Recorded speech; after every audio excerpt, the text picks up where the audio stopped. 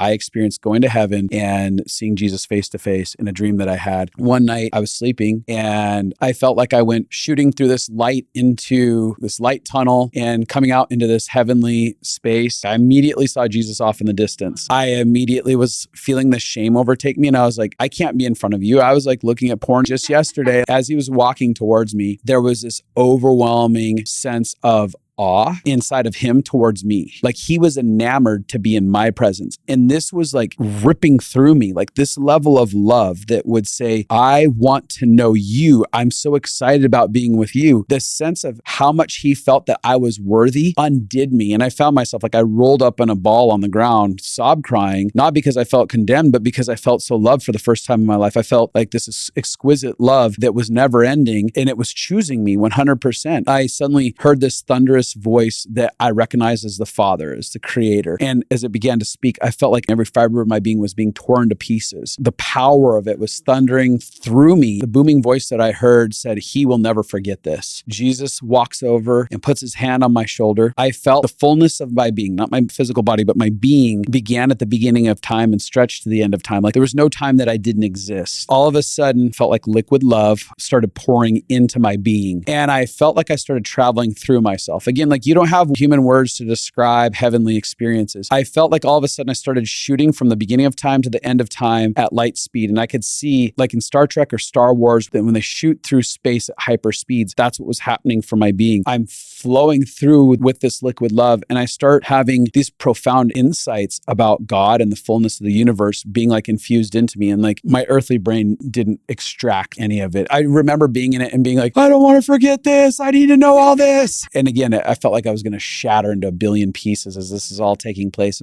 And all of a sudden I come out of it and I stand up and I see Jesus and he's just smiling at me and he speaks to me. It's like telepathy. I just knew. You just know what each other is saying. Words aren't enough. He told me he wanted me to follow him and go with him to this area. And we came up to a couch that like was big enough for 4 people. And at the far end were 2 teenagers. And then Jesus sat down and he has me sit down next to him. And teenager on the far end, he's just having like a life meltdown. And he's just like, I don't know if I believe in God. I don't know if God's real. I don't know what I think. What do you think? And he's having this conversation with his friend and he has no conclusions. And his friend is like, man, I don't know if I believe in God either. I don't know what I believe to be true. I don't know what I feel. And he's working through his stuff. And then he looks at Jesus and he was like, what do you think? Do you think God is real? Do you believe in God? And then Jesus just looks at me with this big smile on his face and he communicates to me, I love this. I love being present with them. I don't feel the need to jump up and say, I am God. I'm Jesus. He was like, I don't need to do that. There was this full peace inside of his being with zero agenda to get them to understand who they were sitting with. He just wanted to be in the presence of their curiosity. There was this thing that happened inside of me as it's going on. And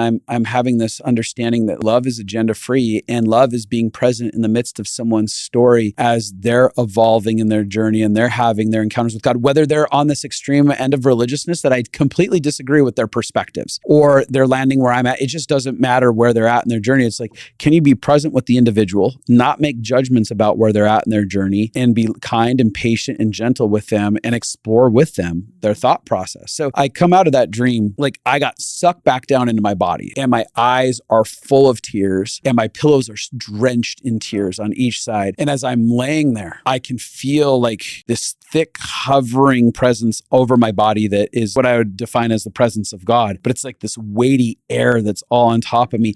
And I can feel it's energized with love. That moment was this shifting into every moment going forward with deconstruction or trying to figure out who God was. I'm like, no matter what, I know I've met Jesus face to face. I've met the Creator. I've met the radically loving being that is so personable and adds worth to all of humanity. And you couldn't take that away from me. And I know that's not relatable to a lot of people because they're like, I haven't had that happen. But I'm just saying, I hung my hat on that moment and I said, all I know is that love is real. God is real. Jesus is real. For me, this is real. And this is my pillar, is that no matter what gets torn to pieces, I know that I can hold on to this for me. And this is authentic and real to me. And I'm going to base everything off of that moving forward. And all my belief systems, as I start grabbing hold of something new that I feel is like a new truth, I'm like, but does this align with the law of love? No, it doesn't. Then I'm off somewhere. I'm off somewhere in either how I see it or its foundation at the core of it. It's rotten. Something is if it's not aligning with love and producing love.